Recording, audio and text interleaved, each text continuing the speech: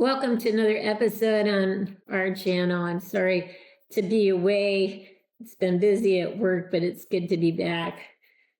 We're going to kind of continue on with the Lewis and Clark expedition, the Corps of Discovery expedition that was I guess, commissioned in a covert sort of way by Thomas Jefferson.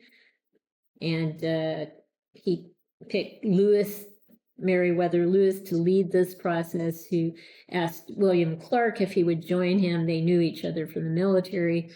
So there was military personnel and civilians in the original group, 45 people or so. And then about that number, slightly higher, they did add a few more individuals. Just a couple. They added Toussaint Charbonneau, who was a French-Canadian fur trader, and they wanted him on the trip, not because he knew French and English, but because he knew Hidatsa, and that might have been one of the tribes that they would encounter along the way. And he was allowed to take one of his wives, Sacagawea, along with him, because she not only knew Hidatsa, but she knew Shoshone. She was raised as a Shoshone, kidnapped by the Hidatsa when she was 12, and somehow the Hidatsa allowed Toussaint to acquire her and another Native American female as wives. I don't know if it was through gambling or through trade or what have you, but Sacagawea was one of his wives. She also gave birth during this trip to a son, and she was only 16 at the time, which is amazing. That she survived and played a very instrumental role in keeping them alive at times, as well as saving precious documents and some of the supplies that escaped one time when I think it was a canoe or something to that effect had capsized or what have you. Anyway, yeah, she played an instrumental role. She, Sacagawea, and York, the enslaved servant to Clark, were giving voting rights during this trip, and were instrumental in taking a campsite at one time during this entire trip that started in 1804, and ended in 1806.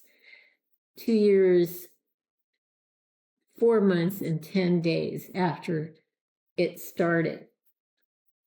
So just a lot of fascinating history there.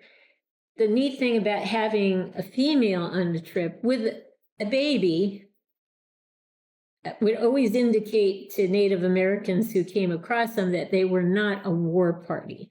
Even though they had weapons and ammunition and gunpowder and so forth, they were not considered a threat, because no one would ever consider bringing a female and a baby on some sort of warpath. So, but York, the enslaved servant to Clark, was considered just a novelty, I guess. Native Americans had never seen a black man, and they perceived him as having exceptionally special powers. They called him, some of them called him Big Medicine, and they followed him around a lot, just looking at him, trying to see how he operated and all that stuff. He was a tremendous hunter, apparently. He took care of the sick. He was a tremendous scout, and he was great with interacting with Native Americans. So he played an instrumental role, probably equal to Sacagawea's role during the trip. Interestingly, William Clark, eventually adopted Sacagawea's son and later her daughter. But when the trip was complete, he didn't free York in 1906. It was 9 years later when he gave York his freedom. He didn't pay York anything for the trip either. So that it's just interesting. It's sad. It's disheartening because I think he was perhaps under the belief that he would receive his freedom at the end of the trip. And he certainly experienced more freedom than he ever did previous to the trip. So I guess that would have been fairly traumatic, I imagine. But 9 years later, he was granted his freedom, given a horse, several horses, I believe, a wagon, and I think he ended up in Tennessee, I believe, and eventually died due to illness. But anyway, this is going to be about York. So we'll pause now and get him out so you can see him. What is probably true, and it's kind of ironic, that when he was around various Native American tribes, he was revered so much that he probably could have opted to have stayed with the tribe and would have met little resistance from his party, I would imagine. But that didn't happen. He apparently did have a wife back home, so there was incentive, I suppose, to get back to his family. And perhaps, I don't know if there was miscommunication. I don't know if any communication at all had taken place, and it was just maybe a perception on his end that he would receive his freedom, but it didn't happen until, like I said, 9 years after their return from this particular journey. And again, they were tasked to find a waterway passage all the way to the West Coast, the Pacific Ocean. York, we don't have a last name for him. All we know, maybe that is his last name, I don't know. All we know is York. But the first African American to go to the West Coast and see the Pacific Ocean. So history in the making, interesting history, both with York and Sacagawea. And so I wanted to start with Toussaint, Sacagawea, and York because, again, I don't think there are accurate representations of what they looked like. We do have clear images of what Lewis and Clark looked like. I do want to make Sergeant Charles Floyd the only person who died on the trip.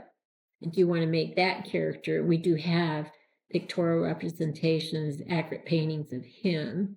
So these three individuals, to include York, I could have a lot more freedom to create them. So here is York, dressed in the same outfit as Toussaint.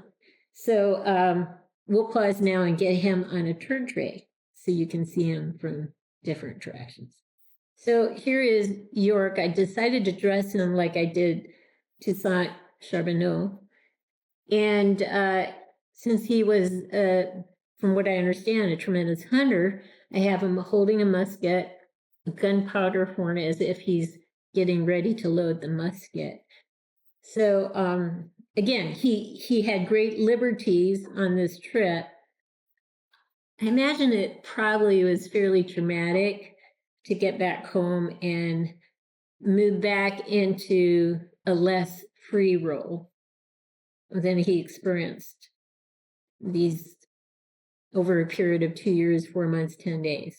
It just had to be, I can only imagine. The word traumatic comes up in my brain. But anyway, let's go around and see him. He also has an axe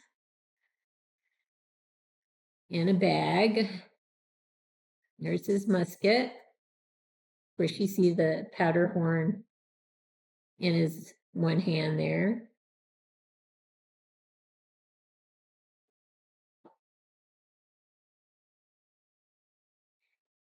So I decided to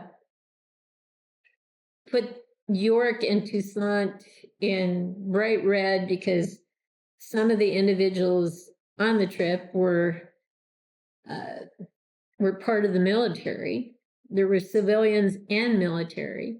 And of course, part of the outfits would be red as well. So I think this is appropriate. So we'll pause now and get tighter closes from here on up. So here is York again with the powder horn and the musket. Just go slowly around. You can see the axe here, right? Underneath his bag, basically.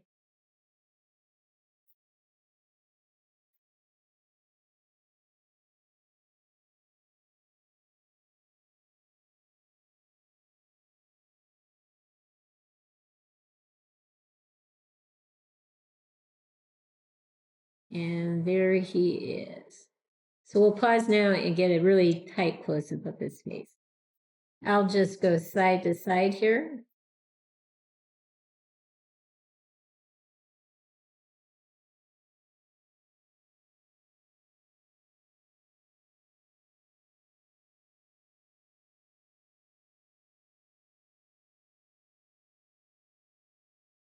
And there you go. So eventually I do want to do Meriwether Lewis and William Clark, but first I do want to do Sergeant Charles Floyd, who died on the trip. That took 2 years, 4 months, and 10 days. But in the meantime, here is Toussaint Charbonneau, Sacagawea, and the man of the hour, York. I hope you've enjoyed what you've seen. If you have, consider giving us a thumbs up and subscribing to our channel. In the meantime, everyone, please have a great day.